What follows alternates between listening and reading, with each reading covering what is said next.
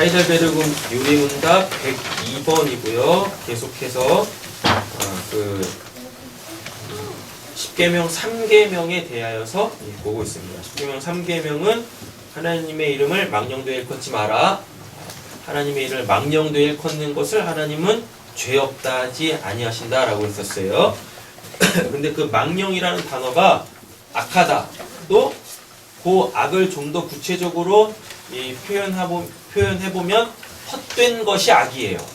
그러니까 우리가 지금까지 살면서 그 세상의 학문과 그리고 또 세상 사람들이 이렇게 공통으로 갖고 있는 어떠한 윤리적, 도덕적 가치 기준에서의 그 선, 악으로 바라보시면 안 되는 거고, 성경에서 말하고 있는 악이라는 것은 헛된 것, 즉 내용이 아무것도 없는 것, 그래서 가치가 없는 것, 이런 게 악입니다. 됐죠? 네, 그래서 하나님의 이름을 망령되이 일컫지 마라 라는 이야기는 그 하나님의 이름에 아무런 의미도 두지 않고 그냥 막 부르는 거예요. 그리고 하나님을 경험해보지 않으니까 하나님에 대하여서 이렇게 가치를 부여하지 않는 거죠. 가치를 갖고 있지 않는 거죠. 그러면서도 불구하고 하나님을 믿는다면서 하나님의 이름을 부를 때, 그때 그것을 하나님의 이름을 망령되이 부른다. 근데 하나님 그걸 죄 없다 하지 않는다는 거죠. 그러면은 죄 없다 하지 않는다 하시는 거죠. 그럼 결국 죄라는 것은 뭐겠습니까? 하나님이라는 것은 갖고 있는데 그 알맹이가 없는 거예요. 그럼 그게 죄인 거예요. 결국 보면 하나님을 믿는다 할지라도 그는 하나님이 없는 거죠. 그러니까 허상을 믿는 거예요. 그럼 그거를 결국은 성경에서 또 뭐라 그러죠? 우상이라고 하는 거죠. 우상이 뭔데요? 눈에 보이기는 하지만 살아서 역사하지 않는 걸 우상이라 그러죠? 맞죠? 예. 자, 이런 맥락 속에서 오늘 이제 그 3계명 마지막으로 정리하도록 하겠습니다. 자, 질문 한번 같이 한번 읽어보시겠습니다. 성년이나 다른 피조물로 맹세할 수 있습니까? 네, 요로 그죠? 우리가 지난 시간에는 하나님의 이름으로 맹세해도 되는 것입니까? 에 대하여서 봤었는데 맹세해도 된다라 그랬었어요. 하나님께서 그렇게 자기의 이름으로 맹세하라고 이 말씀 해 주셨었죠. 근데 이제 오늘은 성인이나 다른 피조물로도 맹세할 수 있습니까? 이건 이제는요 로마 카톨릭 있지 않습니까? 로마 카톨릭 배경이 있는 거예요. 로마 카톨릭 보면은 수도 없이 많은 성인들이 있죠. 특별히 누구? 12. 예, 첫 번째는 이제 마리아죠. 그리고 또 12명의 제자죠. 그 중에는 누구도 포함되어 있어요? 바울도 포함되어져 있어요. 이들을 예수님 그 서열까지, 서열이라고 좀 그렇지만 서열까지 이렇게 딱 올려버렸어요. 그래서 동격을 삼아버렸다니까요. 예, 동격을. 그래서 로마 카톨릭에서는 그렇게 마리아의 이름으로도 맹세를 하고 또 이 성인들의 이름으로도 맹세를 하고 막 이랬었습니다. 근데 이제 그런 분위기를 이렇게 잘 보면 그들의 맹세는 뭐냐면 그걸로 기도를 하는 거예요. 마리아의 이름으로 기도하고 또 성자들의 이름으로도 이 성인의 이름으로도 기도를 하고 이랬었단 말이에요. 근데 그게 이제 맹세격이 되어졌다라는 이야기입니다. 자, 보겠습니다. 성인이나 다른 피조물로도 맹세할 수 있습니까? 자, 답을 한번 읽어보시죠. 파란색 글자만 읽겠습니다. 아닙니다. 정당한 맹세는 오직 홀로 사람의 마음을 아시는 하나님을 불러 진리에 대해 지속이 되어 주시며 내가 거짓으로 맹세할 때 항구하는 구하는 것입니다. 이러한 영예는 어떤 피조물에게도 돌아갈 수 없습니다. 102번에서 중요한 내용은요, 밑줄 쳐져 있는 이 부분입니다. 정당한 맹세와 또 이러한 영예. 정당한 맹세는 무엇이냐면 오직 홀로 뭐를? 사람의 마음을 아시는 하나님을 불러. 그러니까 맹세라는 거를 쉽게 생각해 보면은요, 내 목숨 걸고 그것이 진짜다라고 얘기하는 거예요. 또는 내 목숨을 걸고 이것을 반드시 지키겠다라는 이야기인 거죠. 예. 그런 게 이제 맹세지 않습니까? 근데 사람들이 맹세를 막 남발을 해요. 남발한다니까요. 그래가지고 그 맹세가 진짜인지 거짓인지를 그 사람 속내를 이렇게 훤히 들여다볼 줄 알아야 돼요. 근데 그 사람의 속마음을 이렇게 들여다볼 수 있는 존재가 누가 있겠어요?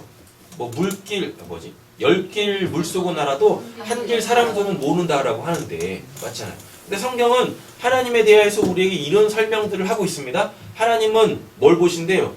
외모를 보지 아니하시고 우리 중심을 보신대죠. 그리고 또 우리의 머리칼까지도 세시는 분이시다라 그래요. 예. 그래서 우리가 어떠한 맹세를 하든지 간에 그 맹세는 다 이 속에 있는 것으로 나오는 거거든요. 이 사람 안에 도대체 뭐가 있는지, 이 사람의 그 진실된 마음은 뭔지를 알아야, 그래서 그것이 참인지 거짓인지를 분별해야지 그 사람이 맹세를 했을 때, 야, 너 지금 네 속마음은 거짓이잖아.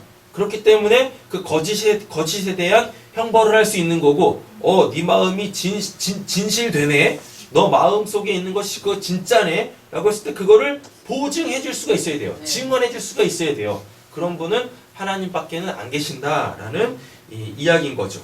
예. 그래서 그 맹세가 진짜고 그 맹세가 또 이루어졌을 때 또는 그 맹세가 거짓이기 때문에 그에 대해서 심판했을 때 그러면은 그 지금 맹세가 진짜다 또 이루어진다 또 가짜여서 심판을 한다 이런 것에 대해서 누군가가 지금 행해야 되잖아요. 맞죠? 행해졌을 때 그 행함으로 통한 그 영광 그거는 오직 누구한테만 하나님한테만 돌려줘야 돼요. 왜냐하면 모든 영광의 주체는 오직 누구밖에 안 계세요?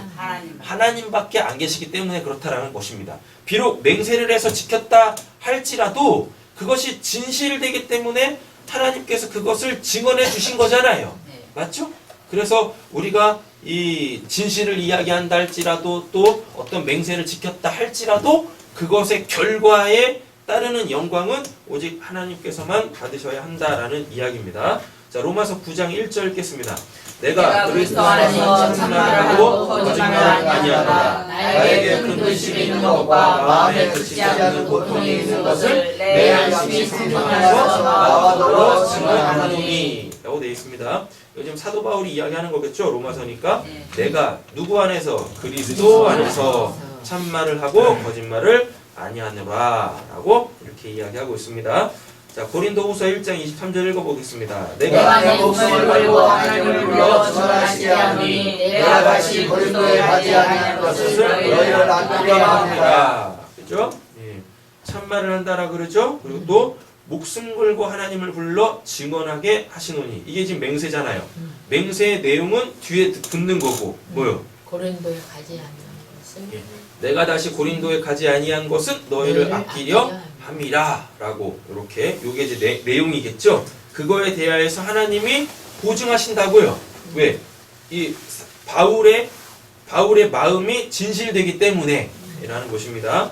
자, 마태복음 5장 34절에서 36절 읽어보겠습니다. 나는 너희에게 이르노니 맹세하지 말지니 하늘로도 하지 말라. 이는 하나님의 보좌이며 땅으로도 하지 말라. 이는 하나님의 발등상이며 예루살렘으로도 하지 말라. 이는 근인도의 성이며 내 머리로도 하지 말라. 이는 내가 털어도 피고 수 없습니다. 라고 이렇게 얘기하고 있습니다. 자, 여기서는요 지금 뭐 하지 말라라 그래요? 맹세하지 말아라 그러죠. 나는 너에게 이르노니 도무지 맹세하지 마라 라고 합니다. 이거 왜 그러냐면 사람들이요 이때 당시에 맹세를 했는데 뭘로 맹세하냐면 하늘에 두고 맹세합니다. 땅에 두고 맹세합니다. 예루살렘을 두고 맹세합니다. 이런 식으로 막 맹세를 했단 말이에요. 그러니까 지금 하늘이 뭔지 땅이 뭔지를 모르고 막 맹세를 했어요. 분명히 구약에는요 하나님께서 하나님의 이름으로 맹세하라고 했습니다. 하나님의 이름으로. 근데 이게 이제 신약으로 넘어오면서 율법주의가 강해지면서 뭘 했냐면 하나님의 이름으로는 맹세를 안 하고 왜요? 그죠? 벌 받을까봐. 하나님의 그 이름 자체가 존귀한데 그것을 자기의 거짓됨으로 했다가 큰일 나잖아요. 그러니까 어떻게 해요? 딴 걸 돌려 쓰는 거예요. 하늘. 또 땅, 그리고 예루살렘. 그러니까 이게 뭔지 모르고 막 사용했던 거죠. 그래서 예수님께서 야, 하늘이 뭔데? 하늘은 하나님이 계시는, 앉아 계시는 그 보좌야. 그러니까 하늘로 맹세한다는 것은 결국은 하나님으로 맹세한다는 건데, 너희들 그 검은 속내를 감추고 그렇게 이게 드러났을 때 하나님의 심판을 피하기 위하여서 그렇게 하늘로 맹세한다고, 땅으로 맹세한다고, 예루살렘으로 맹세한다고, 그런 맹세는 하지 마. 예, 그런 맹세는 하지 마. 이렇게 얘기하는 겁니다. 자, 야고보서 5장 12절 보겠습니다. 내 형제들아, 무엇보다도 맹세하지 말지니 하늘로나 땅으로나 아무나 가로서도 맹세하지 말고 오직 너희가 그렇다 생각하는 것은 그렇다고 아니라고 생각하는 것은 아니라고 정죄받음을 면하라. 네, 이렇게 되어져 있습니다. 이 야고보는 그 제자 야고보가 아니라 예수님의 동생 야고보입니다. 동생들도 예수님을 이렇게 줄곧 쫓아다녔었어요. 근데 예수님 살아 생전에는 그 예수님의 말씀이 뭔지를 몰랐었죠. 예, 그래서 결국은 예수님을 이렇게 배척했습니다. 예, 그러나 예수님이 십자가에서 죽고 나서 제일 먼저 부활해서 찾아간 사람들이 있었어요. 누구냐? 바로 이 야고보죠. 예, 고래에서 야고보가 그 불신 가운데, 예수님에 대한 불신 가운데 들었던 그 모든 말씀들을 진리로 깨닫게 된 거예요. 그래서 결국은 예루살렘 교회의 장로가 이 야고보가 되는 거예요. 그렇게. 그러니까 말씀을 듣지 않으면은요, 나중에 성령이 임하셨을 때 그 말씀의 해석됨이 없어요. 그러면은 믿음이 안 생기겠죠. 믿음은 결국 어디서 나니까?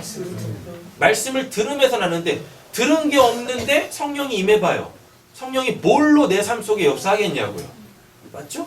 그래서 들으면 굉장히 중요한 겁니다. 오늘 본문하고는 조금 다른 내용이었지만 다시 한번 보겠습니다.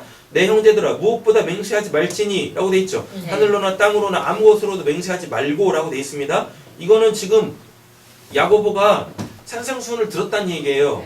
왜? 마태복음 5장이 산상수훈이잖아요. 산상수훈에서 지금 맹세하지 말아라고 했잖아요. 맞죠?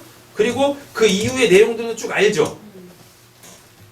하나님의 보좌로도 하지 말고, 하늘로도 하지 말고, 땅으로도 하지 말고, 예루살렘으로도 하지 말고, 이런 것들을 다 들었다니까요. 그러니까 아까 그 마태복음 5장 설명할 때 말씀드렸습니다. 지들 속내는 검은데, 예?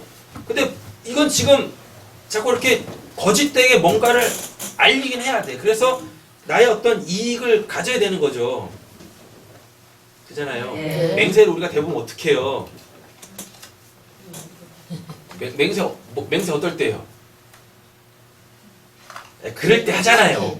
그죠? 말로는 표현할 수 없는데 왜? 상황이 너무 많으니까 맹세를 그럴 때 하잖아요. 그래가지고 막 이렇게 얘기하잖아요. 맞죠? 그런데 사람들이 자기 눈앞에 보이는 이익 때문에 자기의 양심을 막 거스리는 거예요. 아닌데도 불구하고, 이 속은 아닌데도 불구하고 그렇게 막 맹세를 했단 말이에요. 야고보가 그거를 알았단 말입니다. 그래서 맹세하지 말고 뭐 하라고요? 니들 속부터 들여다봐. 니들 속부터. 너희들 속은 거짓인지 진실된 건지 그것부터 좀 들여다봐. 그러면은 맹세하지 않는다 할지라도 하나님께서 보증하실 거야 라고 이렇게 얘기한단 말입니다. 그렇죠? 자, 정리하겠습니다. 동그라미 첫 번째 보시면 3계명의 요구사항은 하나님의 거룩한 이름을 두려워하고 존경하는 마음으로 사용하고 하나님을 바르게 고백하고 부르며 모든 말과 행실에서 그분이 영광을 얻도록 하는 것이다. 3계명이 요구하는 것이 바로 이것입니다. 근데 사람들이 막 하나님의 이름으로 뭐 했어요? 맹세를 했단 말이에요. 3계명이 뭐니까? 하나님의 이름을 망령되이 걷지 마라. 맹세하고 이 3계명하고 이렇게 딱 연결을 시켜보면 망령되이가 아까 뭐라 그랬으니까요? 헛된 거, 그죠? 가치를 부여하지 않는 거. 하나님의 이름은 있으나 하나님이 어떤 분이신지를 모르는 거. 그러니까 하나님의 이름으로 막 뭘 해요? 자기의 이익을 위해서 막 맹세를 했단 말이에요. 그래서 지금 저희들이 계속해서 이 맹세에 대해서 자세하게 살펴보려고 하고 있는 것이죠. 그러니까 맹세하지 말라라는 것이 아니라 하나님을 그 진리로 하늘의 것으로 내용으로 참된 것으로 가지면 그 하나님이 내 속을 훤히 들여다보고 계시기 때문에 나의 거짓된 것, 진실된 것을 알고 계신다. 그러므로 말미암아 우리는 하나님의 이름으로 맹세할 수 있다. 왜? 내 안에 있는 것이 진실되면 하나님께서 그것을 이루시고 하나님은 그것으로 말미암아 당신의 영광을 취하실 테니까. 만약에 거짓됐다 라면은 하나님께서 뭐 하실 테니까? 심판하실 테니까. 여러분 심판도 하나님의 영광이 드러나는 방법인 거죠? 네. 그렇죠? 이렇게. 자, 두 번째 동그라미 보겠습니다.